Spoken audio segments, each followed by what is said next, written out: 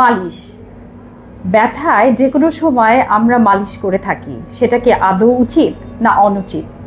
যে কোনো প্রকার হাঁটুর ব্যথা, কোমরের ব্যথা, যে কোনো ধরনের ব্যথায় আমরা একজন আরেকজনকে মালিশের কথা বলে থাকি, সেটা আসলে কি আমাদের জন্য উপকারী নাকি সেটা আমাদের জন্য বিপদ বয়ে ডেকে আনে? তাই আজকে আমরা ডক্টর জিল্লুর হাসান রনির কাছ থেকে জেনে নিব মালিশের ভালো এবং মন্দ দিক। জানতে চাইবো আদৌ কি এটা আমাদের করা উচিত কিনা। আমি ফারহানা আপনাদের আবারও স্বাগতম জানাচ্ছি আজকের রনির সাথে আর এই সকল কিছু নিয়ে কথোপকথনে।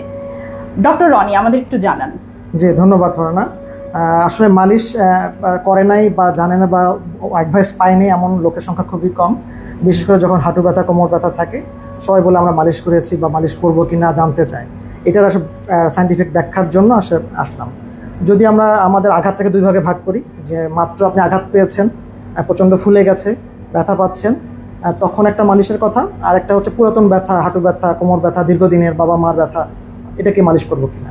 যদি এভাবে দুই ভাগে ভাগ করি, যেটা সাথে সাথে হয়েছে অ্যাকিউট ব্যথা, মাত্র অ্যাক্সিডেন্ট হয়েছে, মাত্র আঘাত পেয়েছেন, এখানে মালিশটাই আমরা পছন্দ করি না। অর্থোপেডিক ডাক্তাররা আমরা আসলে মালিশটাই পছন্দ করি না।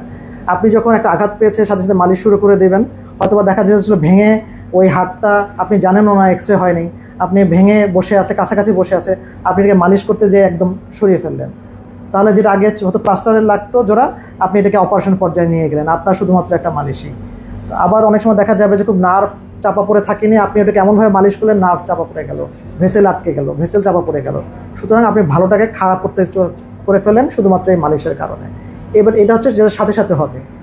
আর যদি মালিশের পুরাতন ব্যথার ক্ষেত্রে, মালিশের ক্ষেত্রে যদি বলি, আসলে বেসিক্যালি মালিশের কোনো ভূমিকাই নেই। আচ্ছা, তাহলে অনেকে বলতে পারে যে আমি তো মালিশ করলে আরাম পাই।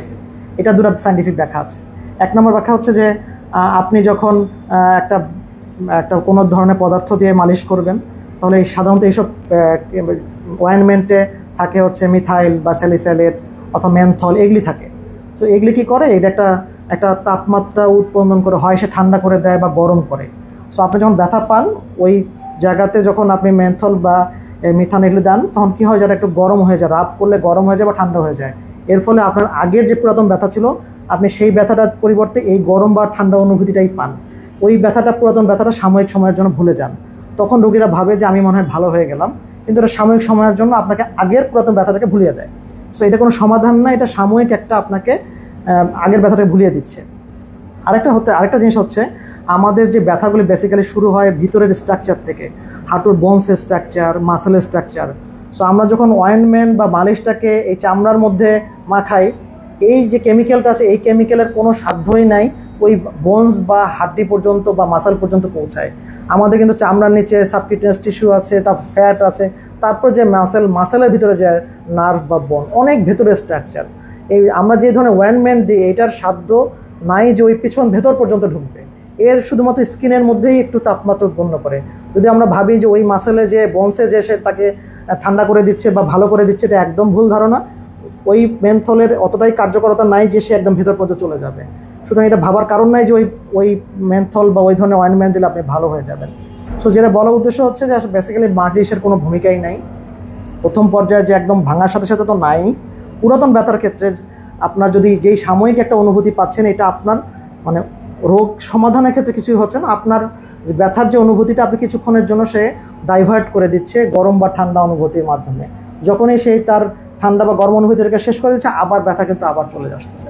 সো যেই রোগটা হচ্ছে সেই রোগটা ধরা দরকার, কেন ব্যথাটা হচ্ছে, হাঁটু ব্যথাটা কেন হচ্ছে সেটা সমাধান করা দরকার, কোমর ব্যথাটা কেন হচ্ছে সেটা সমাধান করা দরকার। এখানে যদি আপনি মালিশ দেন, বেসিক্যালি আপনি সাময়িক সময়ের জন্য ব্যথাটাকে ভুলে যাচ্ছেন, আপনার আসলে বেসিক্যালি রোগের কিছু হচ্ছে না। সো এটাতে আমরা বসে বুঝতে পারছি যে আসলে হঠাৎ ব্যথা এবং পুরাতন ব্যথা কোনোটার ক্ষেত্রেই মালিশের ক্ষেত্রে কোনো ভূমিকা নাই, এটা বরং আপনার ক্ষতি ডেকে নিয়ে আসতে পারে। ধন্যবাদ ফারজানা। ধন্যবাদ আপনাকে। আশা করি এখন আমরা বুঝতে পারছি মালিশের কি করণীয় এবং কোন সময় কি করতে হবে।